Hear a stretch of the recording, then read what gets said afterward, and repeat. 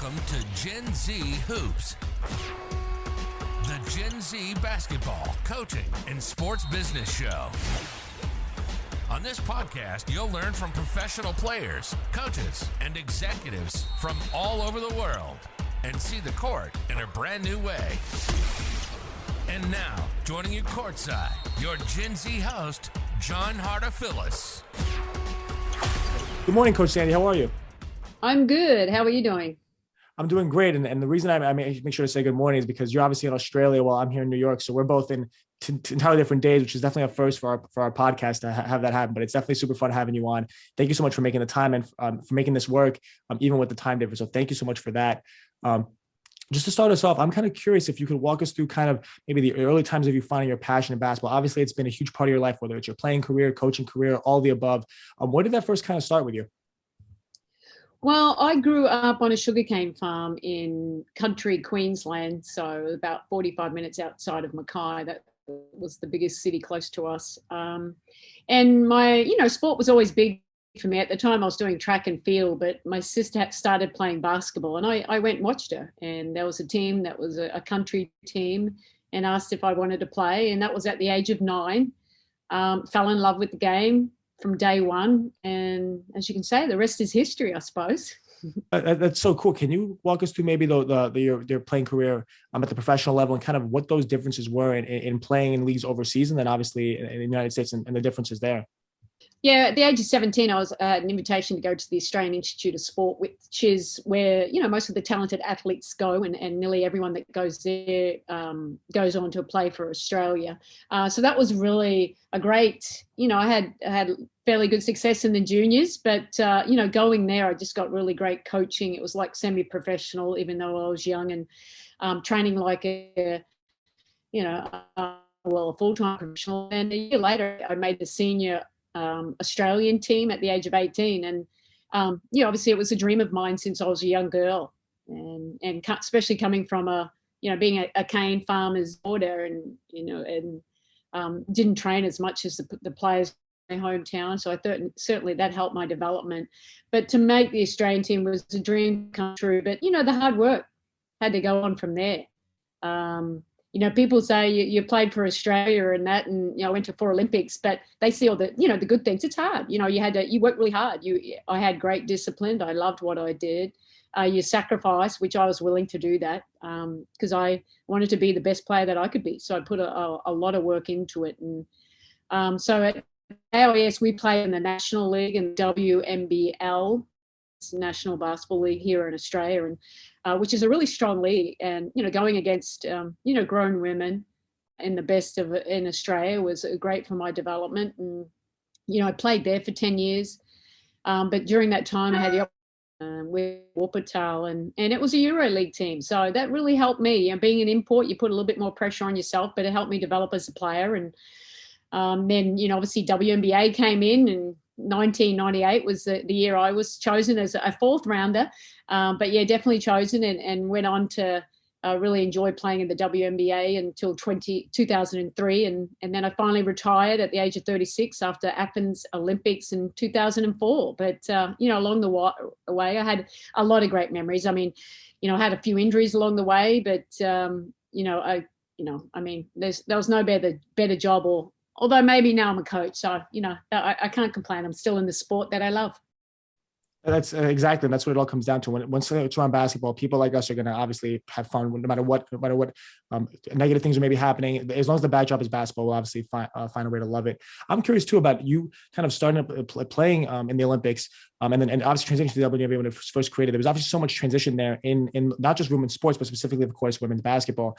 I'm curious as to what did you kind of notice as those big over the course of maybe that decade, going from where there's all these international leagues for women, but there was nothing in the United. There was no WNBA yet, to now all of a sudden it happens, and then from then on, of course, you've been coaching, seeing it expand as much as it has.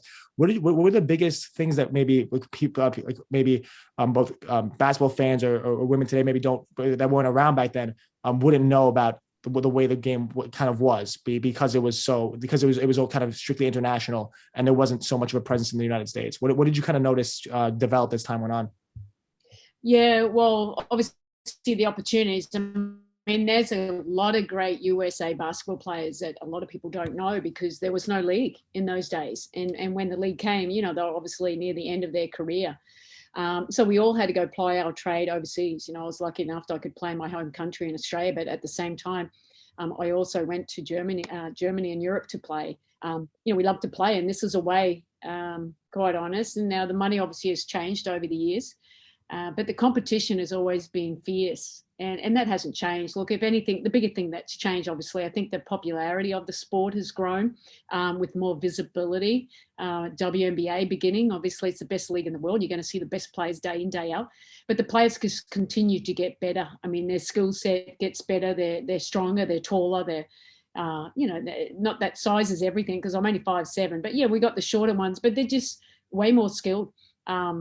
I mean, I shouldn't say way more. I think we were pretty talented back in our day too. I just think there's just way more elite players coming through because basketball, they see that you can have a career out of it. It's so important to realize that. I'm thinking about people like Cheryl Miller and all those names that you kind of see. I remember seeing them in documentaries, and you think to yourself, "Wow, I wish we could have maybe seen them play more. There were more highlights of them, or there was more tape because there really isn't. And you have to go off of all these secondhand accounts, and it would have been. And it's thankfully we're able to see that all now with all the players today, and there are so many leagues and so much exposure to where that is the case. I'm curious as to when your playing career ended, what made you? Did you know you was going to go into coaching? Did it kind of happen? Was it a spur of the moment thing? Did you know for a few years before you retired? What did that decision look like after those 04 Olympics? Yeah, look, I had so much passion for this game, and I would have kept playing into my 40s if I could, but my body was breaking down and it was time to move on.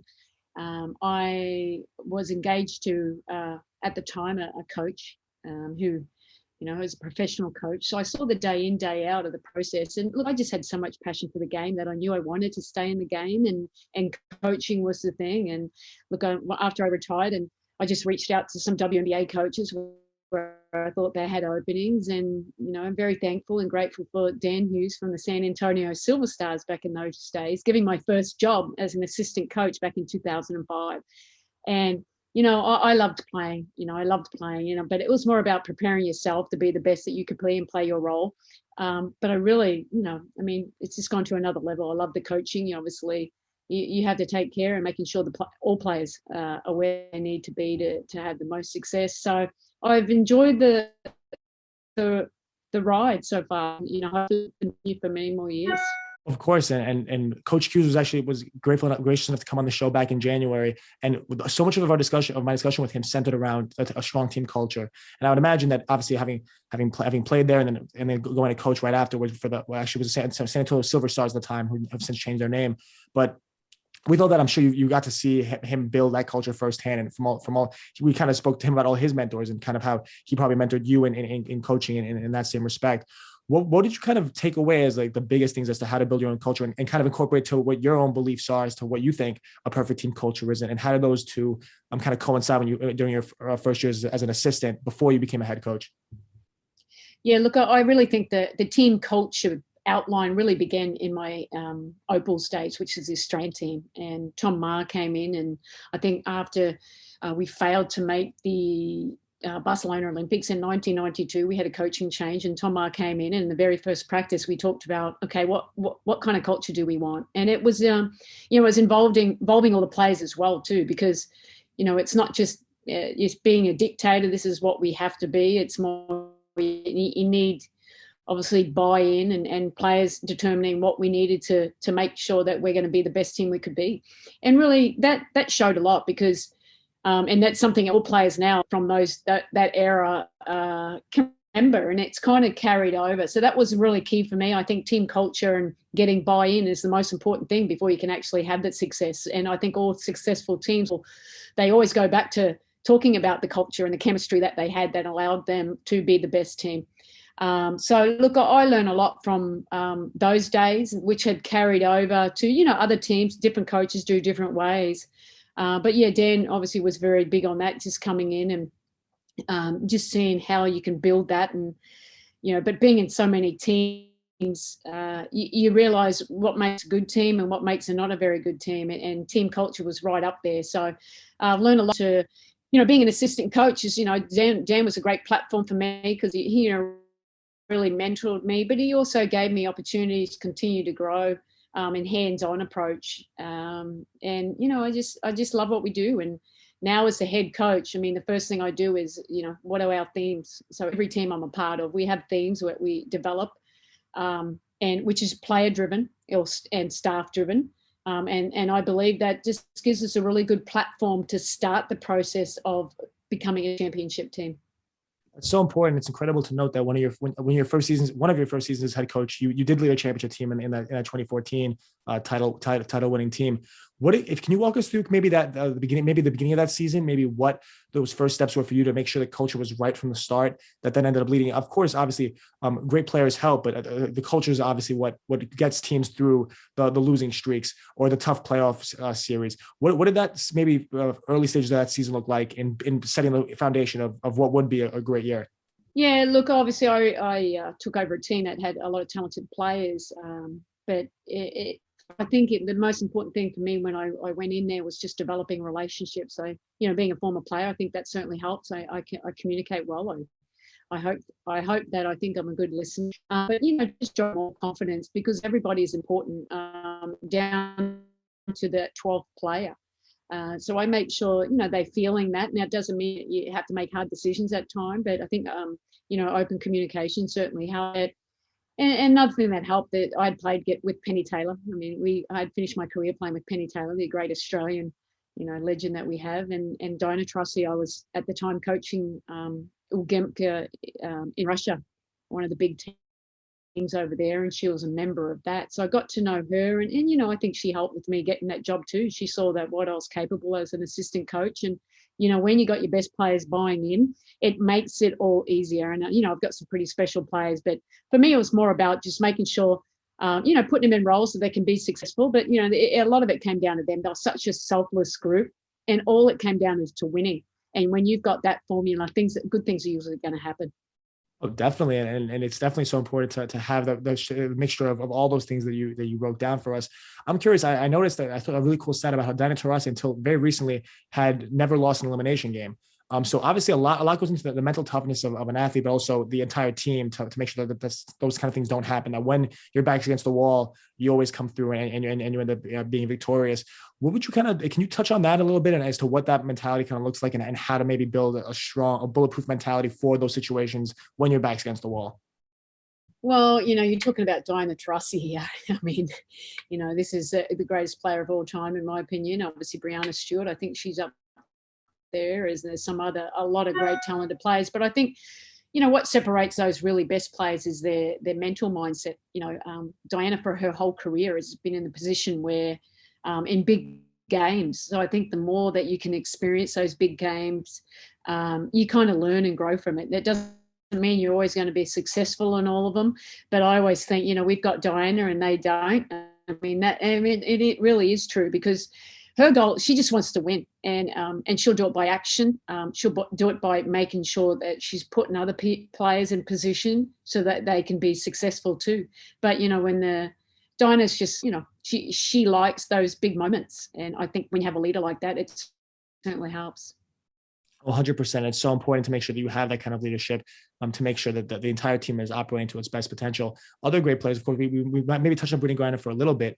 Having that paint presence in someone that is able to change a game, and then in that way is obviously, of course, also super helpful from the basketball standpoint. And then, of course, to have the talent to back up the mental mindset that we were discussing before. The 1-2 punch that you with the two of them, that dynamic duo that was so lethal for so many years in the WNBA. What were the biggest driving forces that really made it work, maybe off the court and maybe even on the court? How maybe you use them to make sure to get the very best out of them? Well, I think the most important thing is, and I think all coaches do this, you try and put them in position where they can have success. They're going to see a lot of different defensive coverages, but and that's where you can't rely on just two players. That's where you need to make sure you have to have those complementary players around your stars, and that's how we continue to grow our team. Even looking into this year, we knew we needed to get better shooters around the players we have, and we think we've done that with Kia Nurse and some of the other players we're bringing in. But look, they like I said, it's that winning mentality. You put them, if you put both of them in action, teams have to work out who are they going to stop. because Dinah's not just a great scorer. She sees the court better than anyone I've coached or played against or know, and she passes the ball. I mean, she's a 6-foot point guard. I think that size certainly helps her, but her ability to pass the ball is quite amazing too. So, obviously they're central to what we do, but in the end, it's more about teamwork. Makes the dream work, really. So it's just putting them in positions where everyone can, have great success, but knowing that obviously your best players are going to take the most shots. Definitely. Everyone knows that that's of course what's going to happen. And we've spoken a good amount about the offensive side of the ball and how maybe that's kind of what everyone thinks of when it comes to winning an elimination game. You kind of just think offense, right? Scoring. That's kind of what most people maybe attribute that to. But so much has to do with defense. And as a very strong defensive-minded coach, I of course listened to your interview on Basketball Immersion, and I really liked a lot of things that you said about maybe how you just the basics of your philosophy when it comes to that sort of thing. Would you say is really, if you for our listeners, the basis of your beliefs when it comes to that? Yeah, look, I mean, I'm a defensive first coach. I think defense does win championships, and that's been proven over the years. Offense is really fun, but when you get to the big games, you've got to be able to be competent at both ends of the floor, understanding the system that we have in place, but making sure that everyone's doing their part, they know their role, and it's just playing hard.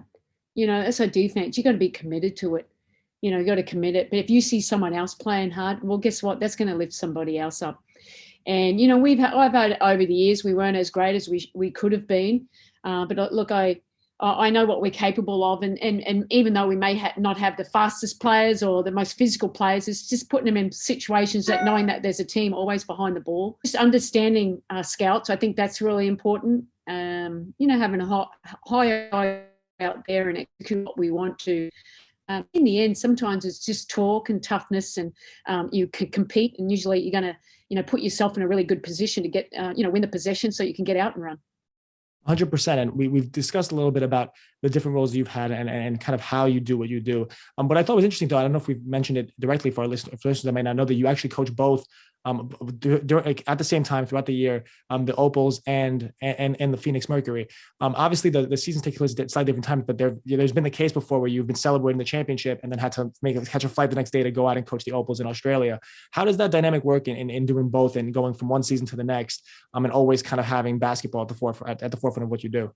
Well, I love what I do. I love coaching. I'm very, obviously honored to be able to lead my country, and I played over 300 games for Australia, and it was obviously the highlight, and winning Olympic medals. So be able to lead my country is fantastic, and be able to lead it while I'm coaching in obviously in the best league in the world. I think that helps me. You continue to grow every year as a coach.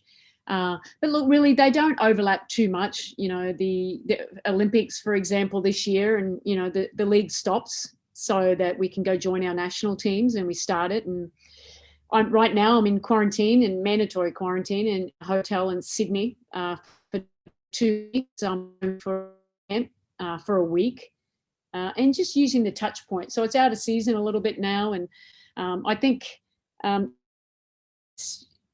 It's just a joy to be able to do both, and I love you. And it's actually, this is less commitment than it was when I was Gemka Ekaterinburg for 5 years.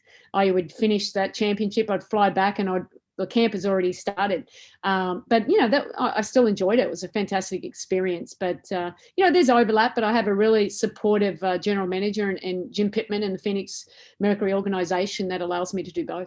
Maybe think of recently when it comes to coaching Australia now, just thinking of the COVID-19 pandemic, Australia's done such a fantastic job controlling it and being able to return to normal. Of course, you're in the mandatory quarantine now because I'm assuming you're coming from the United States. Once you're able to get out of the quarantine and the season does start, what are the procedures going to be like over there? Because since they've been doing such a good job, is it going to be a little more open? Are they still going to be very controlled, wearing masks? What's that going to look like? Well, Australia has obviously contained it very well. It's probably one of the safest countries in the world. November, I had first came out here and spent 2 months just watching the WNBA season since the Opals squad was here playing. So, there was it was in a hub. It was up in Queensland. It was great. I was able to see a lot of the games, but there was no masks or anything. But, traveling, I still did that within Australia. And, at the moment, there's, usually there's some cases you're seeing on the TV, but it's like one here, and we're very proactive, and they kind of shut it down if there's 1 or 2 cases.